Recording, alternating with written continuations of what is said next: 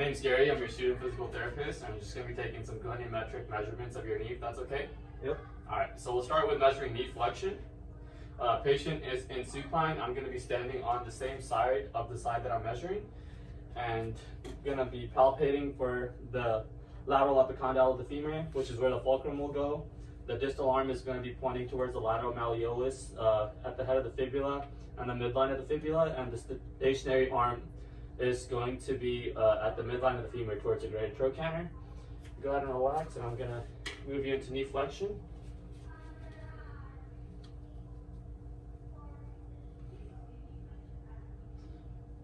Okay. Ryan is at 125 degrees of knee flexion, which is below the normal of 150 degrees. Next, we'll measure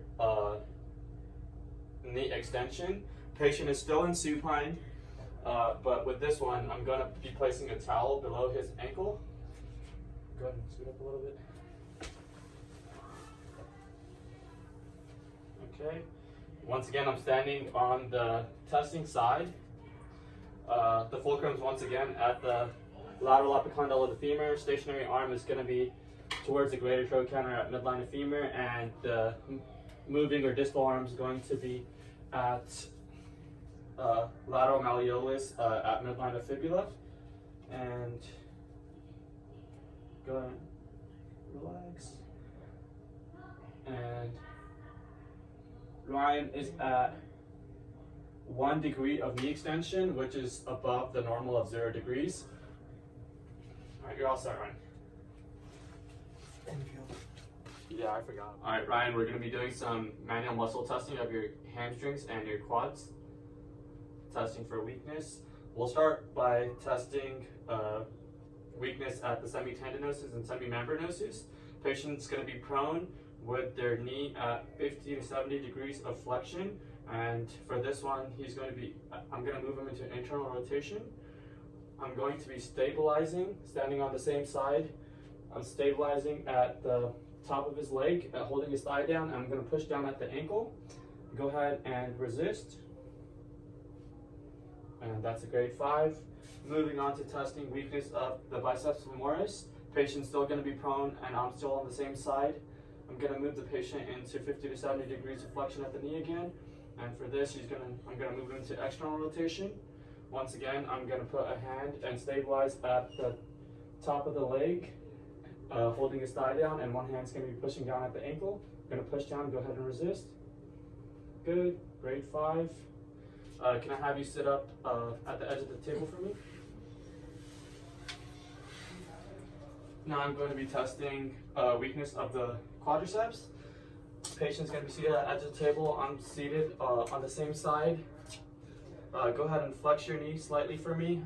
I'm placing a hand under his distal thigh, and I'm also going to have a hand pushing down at his distal ankle. I'm going to push down, and I want you to go ahead and resist. Good, grade 5. All right, Ryan, we're going to be performing the hamstring straight leg raise, and we're going to be doing this test if the patient presents with posterior pelvic tilt. Patient is going to be supine with the sacrum flat, back flat, and his knee is in extension and the foot is relaxed. When I'm standing on the testing side, what I'm going to do is I'm going to raise the leg up with his knee in extension and foot being relaxed, and I'm looking for when the pelvis starts to move.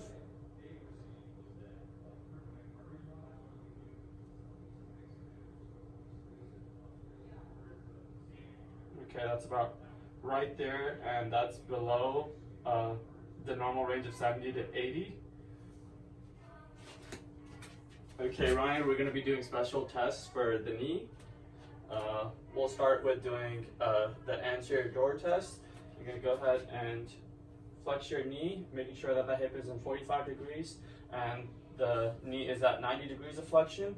I'm going to go ahead and position myself as sitting on top of his foot, and my hand is going to be at the distal joint space and my thumbs are going to be on the joint space, and I'm going to go ahead and pull the tibia anteriorly. Is there any pain with that? And there's no laxity, so there's no tear of the ACL. And for the posterior door test, once again, patient's going to be supine. I'm going to be seated on his foot, and my hands are going to be at the my hands are going to be distal to the joint line, and my thumbs are going to be at the joint line. Once again, patient's in 90 degrees of knee flexion and 45 degrees of hip flexion, and I'm going to push the tibia posteriorly. Is there any pain with that? And there's no laxity, so patient does not have tear of the PCL or posterior cruciate ligament. Moving on to the McMurray's test.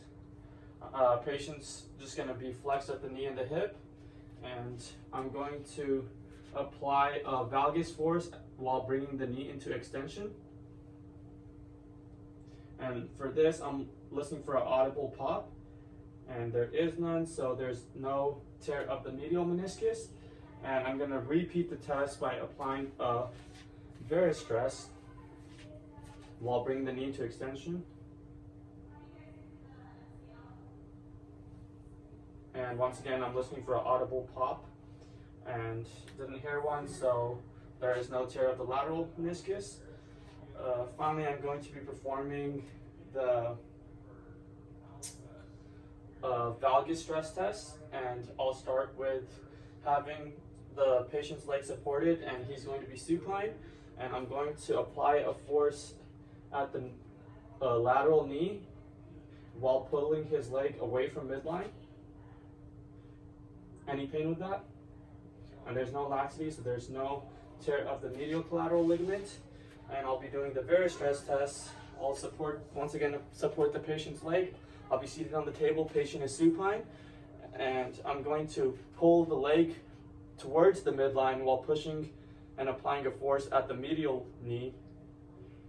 Any pain with that? And there's no laxity, so there's no tear of the lateral collateral ligament.